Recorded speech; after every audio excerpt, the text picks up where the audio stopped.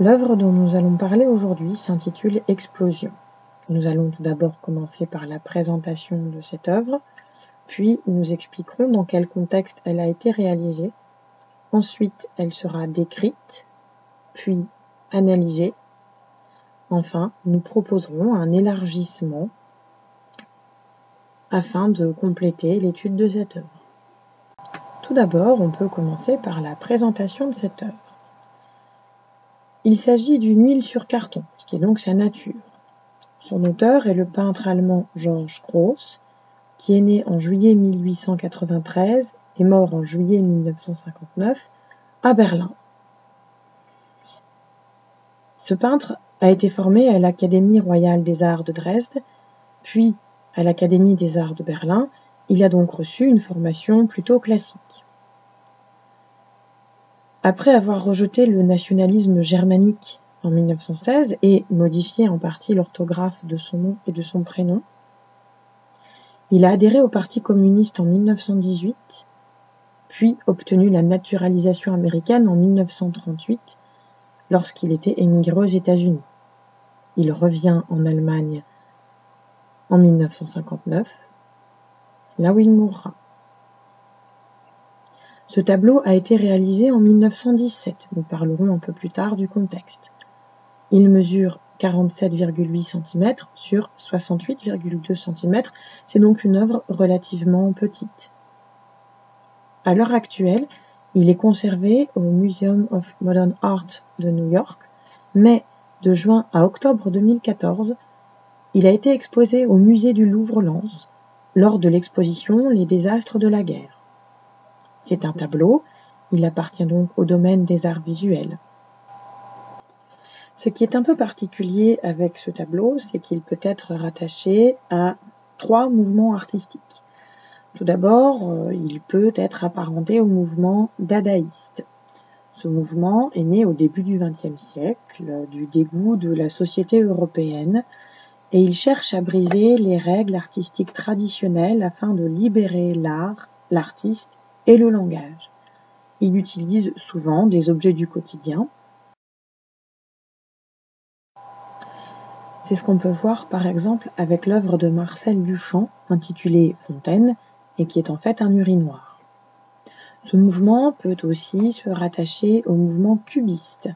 Dans le cubisme, on représente les corps et les objets en les décomposant grâce à des formes géométriques simples. Il y a très peu de courbes et pas d'effet de perspective. Un des peintres cubistes les plus connus est Picasso. Par exemple, ici on peut voir son tableau intitulé Les Demoiselles d'Avignon. Enfin, Explosion est aussi un tableau expressionniste, c'est-à-dire que l'artiste a privilégié ses émotions par rapport au réel et il n'a pas cherché à tout prix à représenter le réel. L'expressionnisme n'est pas particulièrement un mouvement issu du XXe siècle, par contre, c'est un mouvement qui a connu un nouvel essor au XXe siècle, en particulier en Allemagne.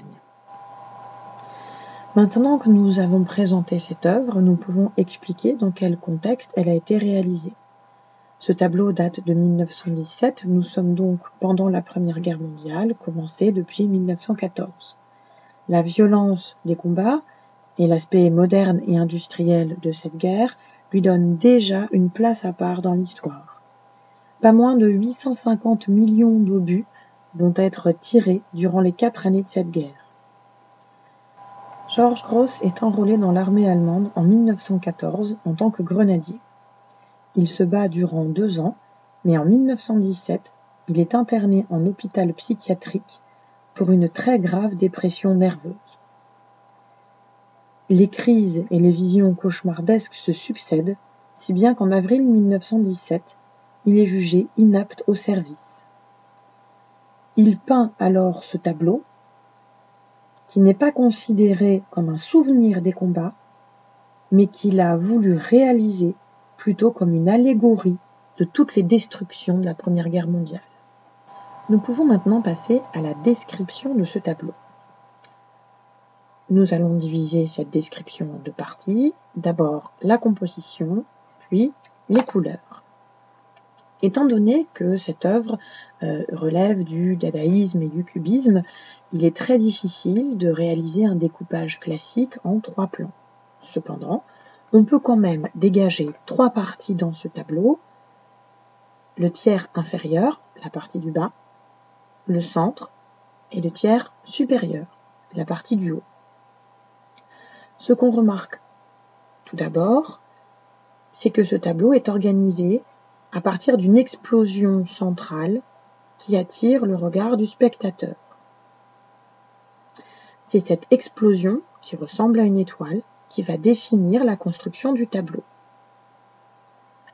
Dans la partie du bas, le tiers inférieur, on remarque des silhouettes en morceaux. Par exemple, des jambes blanches et translucides, situées en bas à gauche du tableau, mais aussi un corps, sans doute féminin, blanc et nu, qui s'enfuit vers la gauche, et enfin, à droite, des formes vertes derrière des rambardes. Ces silhouettes sont incomplètes et sont dessinées dans un décor fragmenté. Dans la partie centrale du tableau, autour de cette étoile, l'artiste a réalisé une multitude de droites obliques qui dominent le tableau et forment de multiples angles aigus qui déforment les bâtiments. Les bâtiments sont tous détruits ou en flammes. Pour terminer, dans le tiers supérieur du tableau, il y a surtout de la fumée et des débris. Quant aux couleurs, elles sont marquées par un violent contraste entre les bleus, les verts et les noirs, et des rouges orangés qui dominent le tableau. Après la description, nous pouvons passer à l'analyse de ce tableau. Les droites et les angles aigus donnent une impression d'agressivité et d'effondrement général. Les couleurs et la composition renforcent donc le sentiment d'oppression et de pesanteur de ce tableau.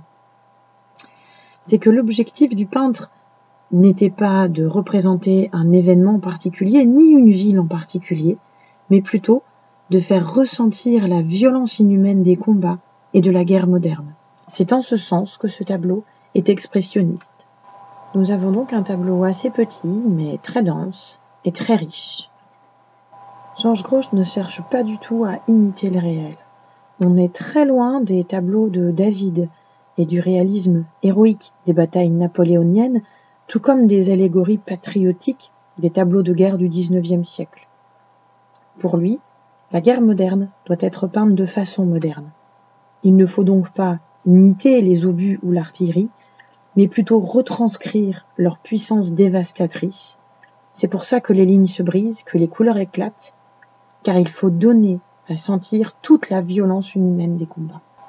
Pour achever ce travail d'analyse du tableau Explosion, nous pouvons proposer comme œuvre d'élargissement quelques tableaux de Ludwig Meidner, réalisés en 1913, par exemple La ville en flammes ou Paysage apocalyptique, des tableaux qui ont peut-être inspiré Georges Grosz.